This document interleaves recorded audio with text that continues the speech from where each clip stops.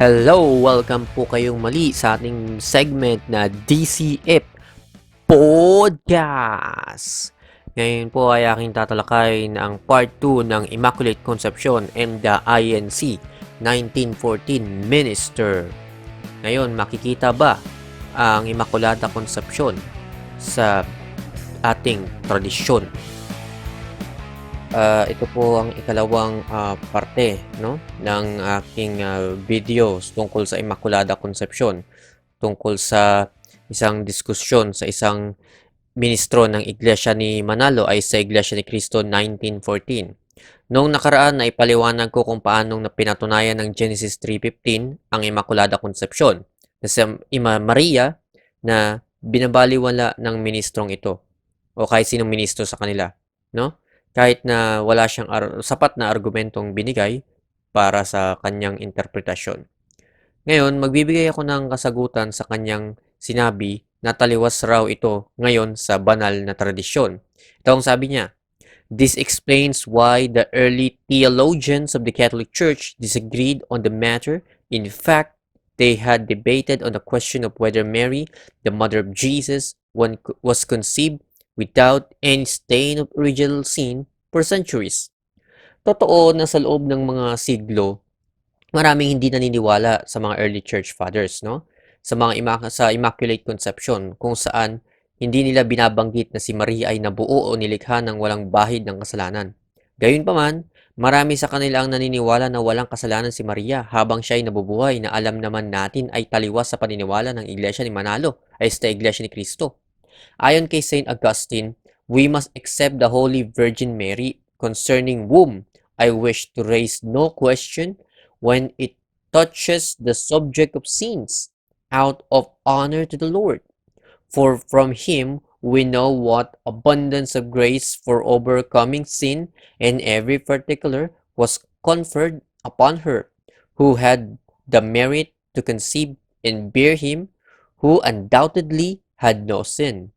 Tandaan natin na hindi punto ng post niya ito ang makapagbibigay ng maraming quotations mula sa early church fathers tungkol sa sinlessness ni Maria. Sa mga interesado, tignan ang pananaw ng karamihan ng mga church fathers sa usaping ito. Nire-recommenda ko ang blog ni Dave Armstrong, isang Catholic apologist na nag-compile ng kanilang mga kasulitan sa paniniwalang Immaculata Conception. May binanggit rin ang ministro kung saan paniniwala ng ilang church fathers daw sa early church, sa Eastern Church, na may defects si Maria at binanggit niya ang Catholic Catechism. Sabi niya, church fathers of the East like John Chrysostom held that Mary was sometimes guilty of such minor defects. Some Oriental writers, including Chrysostom's, held that Mary was sometimes guilty of such minor defects as vanity, as when she urged Jesus to work in the miracle of changing water into wine at Cana. Catholic Catechism, page 155. Totoo na may mga church fathers na naniniwalang si Maria ay gumawa ng kasalanan. Gayunpaman, isa itong minority view. Kung titignan natin ang mga kasulatan ng mga early church fathers, kasabi ni Dave Armstrong, as for church fathers who refer to the Blessed Virgin Mary as the new Eve, was originally sinless or immaculate. Second, Eve, sinless, spotless, pure, without stain. Immaculate, the Ark of the Covenant, or negatively, who never attributed any actual sin to her. We find the following: Hippolytus, Justin Martyr, Irenaeus, Gregory Nyssa, Cyril of Jerusalem, Epiphanius, Jerome, and many more. That makes at least many fathers in the affirmative compared to the 5 who attributed sin to Mary. So, meron lamang kakaunting church fathers versus sa napakaraming church fathers na nagpapatunay na si Mary ay nag-affirm or affirmative sila na sinless si Mary.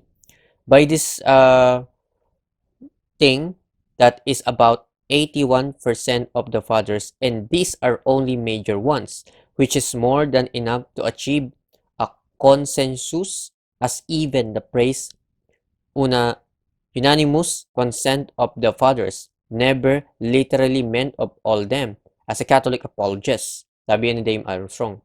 Pinagpatuloy ng ministrong ito ang kanyang punto ng pagitan ng banggitin niya si Saint Thomas Aquinas, no? Ang iba pang scholastic theologians na hindi naniniwala sa Immaculate Conception. Sabi ng ministro, Saint Albert the Great before 1200s to 1280, doctor of the church who is remembered as a teacher of Saint Thomas Aquinas, denied the Immaculate Conception since it was condemned by Blessed Bernard in the letter to the Linons and by all of the fathers of masters of Paris.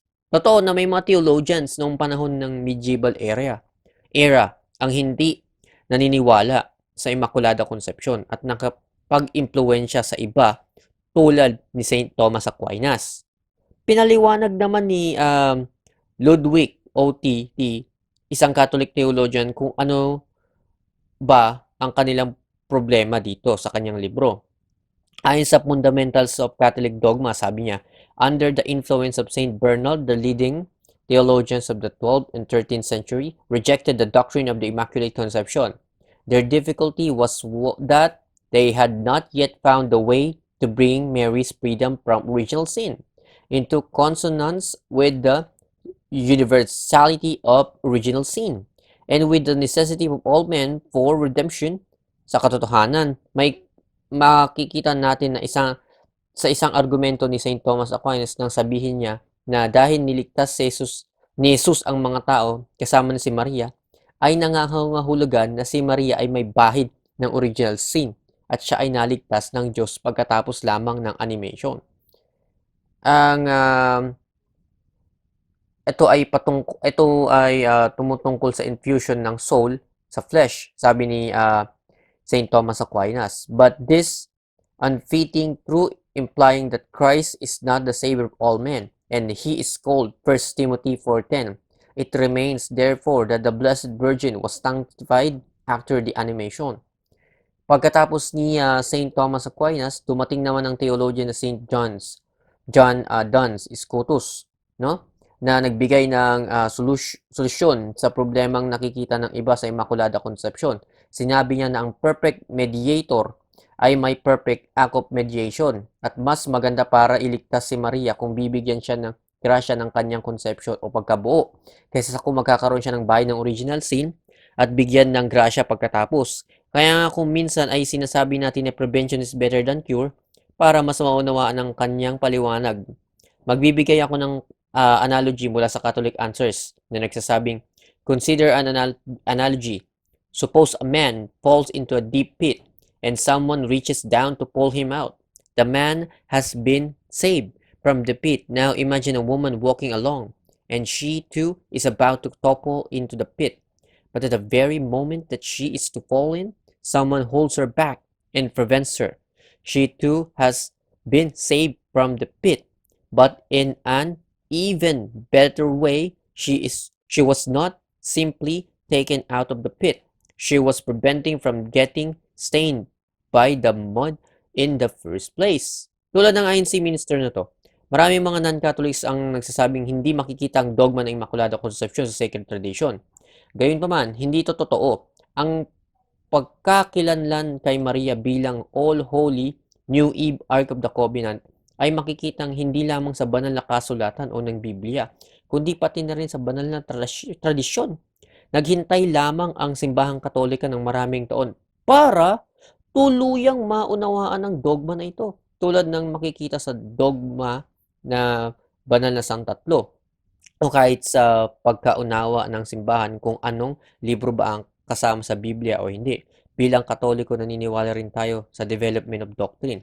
Tatapusin ko lamang ang presentasyon kong ito or ang podcast na ito sa isang pahayag ni Pope Benedict XVI. Sabi ni Pope Benedict XVI, in this regard, I would like to highlight a fact that I consider relevant concerning the teaching of the Immaculate Conception.